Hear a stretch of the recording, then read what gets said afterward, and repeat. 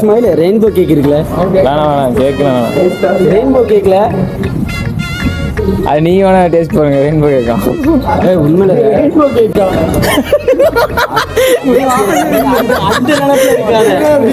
Rainbow நண்பர்கள் rainbow cake வானவில் தெரியும். அந்த கவர்ல போட்டுருந்தே அந்த வானவில் தானே. வானவில் நண்பர்கள் கவர் கழிச்சுட்டான்.